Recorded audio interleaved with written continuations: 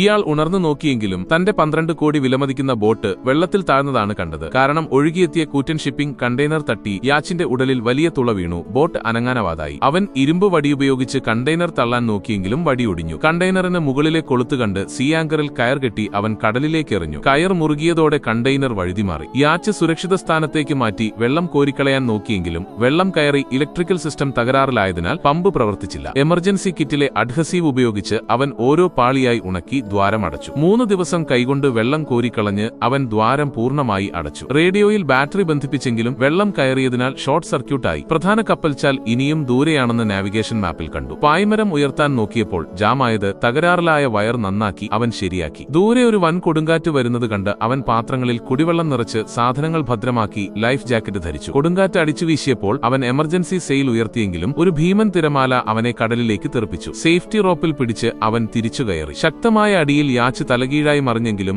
അടുത്ത തിരമാലയിൽ അത് തിരിച്ചായി. തൊട്ടടുത്തെത്തിയ ഭീമൻ തിരമാല കണ്ട് അവൻ ആങ്കർ താഴെയിട്ടെങ്കിലും യാച്ച് വീണ്ടും മറിഞ്ഞു. ഇത്തവണ കയറിൽ കെട്ടിയിട്ടില്ലാതിരുന്നിട്ടും റെയിലിംഗിൽ പിടിച്ച് അവൻ രക്ഷപ്പെട്ടു. തകർന്ന പായ്മരവും കയറുകളും ബോട്ടിന്റെ ബാലൻസ് തെറ്റിച്ചപ്പോൾ അവൻ അത് വെട്ടിമാറ്റി. ഡെക്കിലെ മറ്റൊരു ദ്വാരത്തിലൂടെ വെള്ളം കയറുന്നത് കണ്ട് അത് അടയ്ക്കാൻ ഓടുമ്പോൾ ബോട്ട് ഉലഞ്ഞ് അവൻ തലയിടിച്ച് ബോധം കെട്ടു വീണു. ഉണർന്നപ്പോൾ അവൻ ലൈഫ് റാഫ്റ്റ് പുറത്തെടുത്ത് യാച്ചിൽ കെട്ടി വെള്ളത്തിൽ ഇറക്കി സാധനങ്ങളെല്ലാം അതിലേക്ക് മാറ്റി. 20 ദിവസങ്ങൾക്ക് ശേഷം ബക്കറ്റും പ്ലാസ്റ്റിക് ഷീറ്റും കപ്പും ഉപയോഗിച്ച് അവൻ ഒരു വാട്ടർ പ്യൂരിഫയർ ഉണ്ടാക്കി കുറച്ച് കുടിവെള്ളം ഉണ്ടാക്കി. സെക്സ്റ്റന്റ് ഉപയോഗിച്ച് ലൊക്കേഷൻ നോക്കിയപ്പോൾ അവൻ അന്താരാഷ്ട്ര കപ്പൽച്ചാലിൽ എത്തിയെന്ന് മനസ്സിലായി. ആവേശത്തോടെ നോക്കിയെങ്കിലും കടൽ ശൂന്യമായിരുന്നു. വൈകുന്നേരം ദൂരെ ഒരു കപ്പൽ കണ്ട് ഡിസ്ട്രസ് ഫ്ലെയർ അടിച്ചെങ്കിലും കപ്പൽ കടന്നുപോയി. അടുത്ത ദിവസം പിടിച്ച മീനിനെ സ്രാവ് തട്ടിയെടുത്തു. രാത്രി അടുത്തുകൂടെ പോയ കപ്പലിലേക്ക് 2 ഫ്ലെയറുകൾ അയച്ചെങ്കിലും ആരും കണ്ടില്ല. ദിവസങ്ങൾക്ക് ശേഷം കപ്പൽച്ചാലിൽ നിന്ന് പുറത്തായതോടെ പ്രതീക്ഷ നശിച്ച് അവൻ കുപ്പിയിൽ യാത്ര പറച്ചിൽ കത്തെഴുതി കടലിലെറിഞ്ഞു. അപ്പോൾ പെട്ടെന്നൊരു യാച്ച് കണ്ടെങ്കിലും കയ്യിൽ ഫ്ലെയർ ഉണ്ടായിരുന്നില്ല. അവസാനത്തെ ശ്രമമെന്നോണം അവൻ